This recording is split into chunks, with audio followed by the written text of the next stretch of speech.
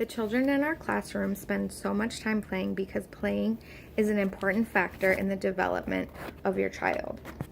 Playing supports many areas of development, including cognitive, language, literacy, and social emotional development. Children quite literally learn through play, and play should never be underestimated. Play comes very naturally to children. It is not work for children to play, but it is a joyous activity. Because playing is fun for your child, they do not even realize they are learning.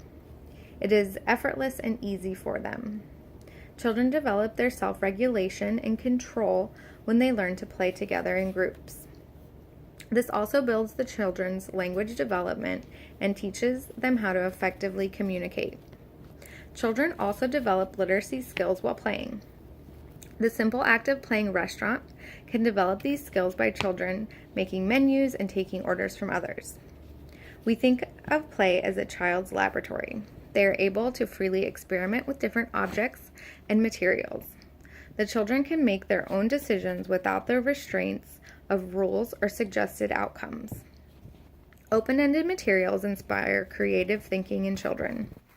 For example, a fire truck can really only be used as a fire truck, but things like sticks, ribbons, paper towel tubes, or other materials can be made into anything the child desires.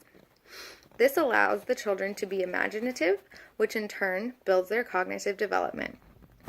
It is important for play to be spontaneous and not scripted. As teachers, we will not dictate what the child plays, but give ideas and provide materials for the children.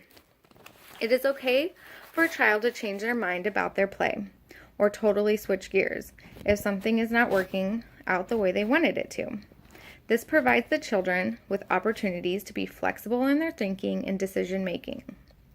Play can also be a stress relief for some children because it is an outlet for their emotions. Free, uninhibited play allows the child to forget what may be troubling them. There are many different types of play. Practice play is usually what toddlers engage in. Toddlers play to master skills, and they usually repeat the same activity over and over again, like dumping out a basket full of toys and then putting them all back in just to dump them all back out again. They may place a basket on their heads because they may find it interesting to see the world from a different perspective. Symbolic play is typical for preschool children. They may act out different scenarios or pretend to be something they are not, like a princess or a superhero or a dinosaur. They use objects in different ways, and sometimes they use objects as something totally different, like a block for a phone. Games with rules is the type of play that is typical for school-age children. This is when children play games that rules are either known or made up. We are living in an age where parents may think play is a waste of time because of the amount of interest that is put into after-school activities like tutoring, athletics, or other extracurriculars that seem more important, and play is ultimately forgotten about. Also, the use of technology has greatly increased, and therefore many children are spending too much time on cell phones, tablets, or computers. However, parents need to remember the importance of free, unstructured play and its benefits.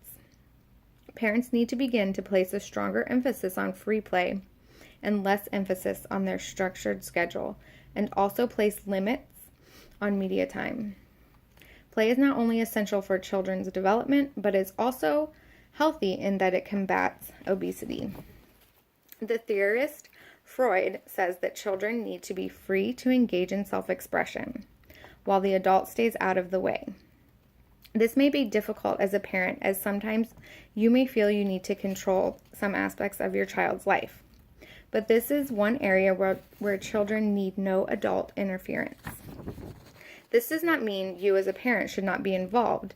It is actually important for parents to be involved. It is important for the adult to play alongside the child, but not to dictate what the child plays. A parent should be a facilitator, get involved, and ask questions. Provide materials to enhance your child's play and ultimately have fun with your child.